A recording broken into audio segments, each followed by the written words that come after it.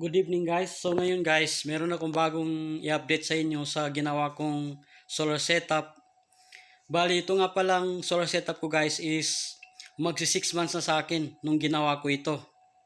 So bali kanina guys, dahil tirik na tirik yung araw, sobrang init kanina. So naka-harvest ako ng 14.5 na charge. So dito naman sa isang voltmeter is 14.4. So ngayon guys, ang kabuuang charge nito is 15 volts. So ngayon guys, dahil fully charge siya, medyo malakas na yung ganong charge. Matagal na yun malobat. Magagamit ko na itong solar setup ko ng magdamagan or hanggang 2 araw. So ngayon guys, gagamitin ko siya, ito-turn on ko itong aking inverter na 4,000 watts. So dito, pipisilin ko dito. Bali, gagana na itong aking 220 na mini fan. So isasabay ko na rin itong aking DC fan na 12 volts. So ito siya. So isasagad ko na sa number 3. Yan. So, bali ito siya guys. Ito yung saksakan ng 220 ko. Itong dalawa. Pero ito yung gumagana ngayon. Kasi itong isa, dito nakakabit sa 3,000 watts.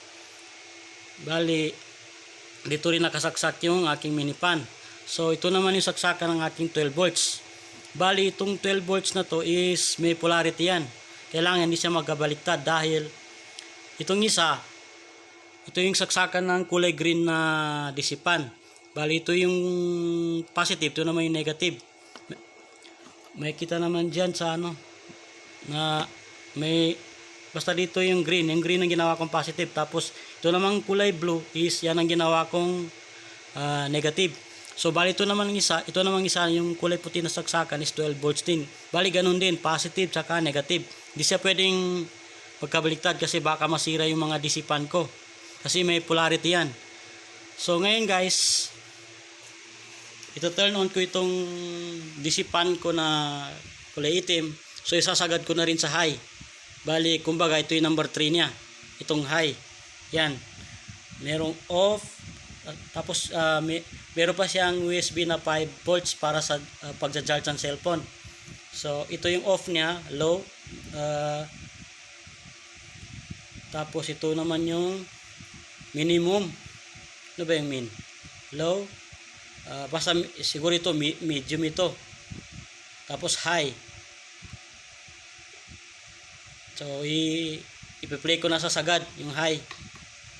Siguro minimum itong min. So ito yung kanyang DC inlet. So yan. Nakasagad na yan. So palisabayan na yan.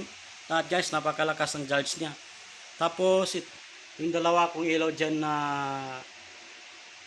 DC light, DC bulb na 12 volts, kasabayan din yan. Bali, yan na siya guys. Tapos meron nga pala ako ditong inattach na battery charger.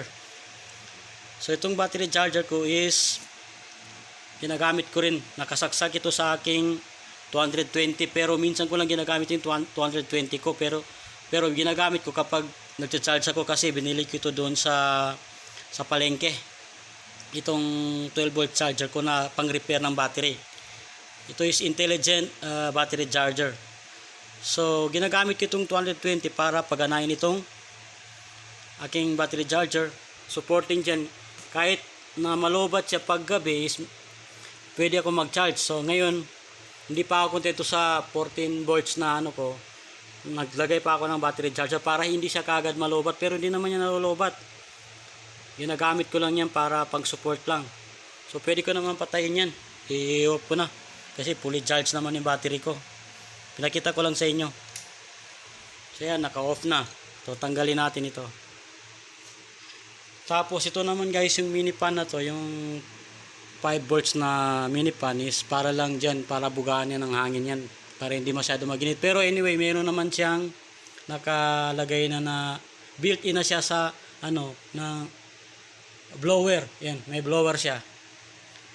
So, yun lang guys. sana ma-inspired ko kayo na gumawa rin kayo ng ganito para hindi kayo mamumblema sa brownout kasi meron na kayong power station na pwede niyo magamit sa araw-araw. Kahit ganito lang guys, kaya na yan 24/7. Malaking tulong na yan para makalis kayo ng bayarin sa kuryente. So yung pera nyo, imbis na ibayad nyo sa kuryente is magagamit nyo sa ibang bagay. So yun lang guys, sana suportahan yung aking YouTube channel kasi hindi pa masyado kilala yung YouTube channel ko. Ito lang yung kaya kong ibigay sa inyo na yung maturo ko kayo kung paano makatipid sa kuryente para tulong na rin sa ating pamumuhay.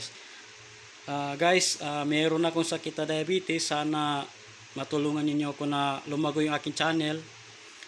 Kahit yun lang may tulong na sa akin para makaipon ako, para makapagpagamot. Sana kumita ako sa pag-YouTube ko. Kung di naman ako kikita, kung ayaw nyo sa akin mga ginagawa, wala akong magagawa. Pero ito lang ang paraan kasi di naman ako mayaman. Itong bahay na to, di naman sa akin to. Pinatira lang sa akin.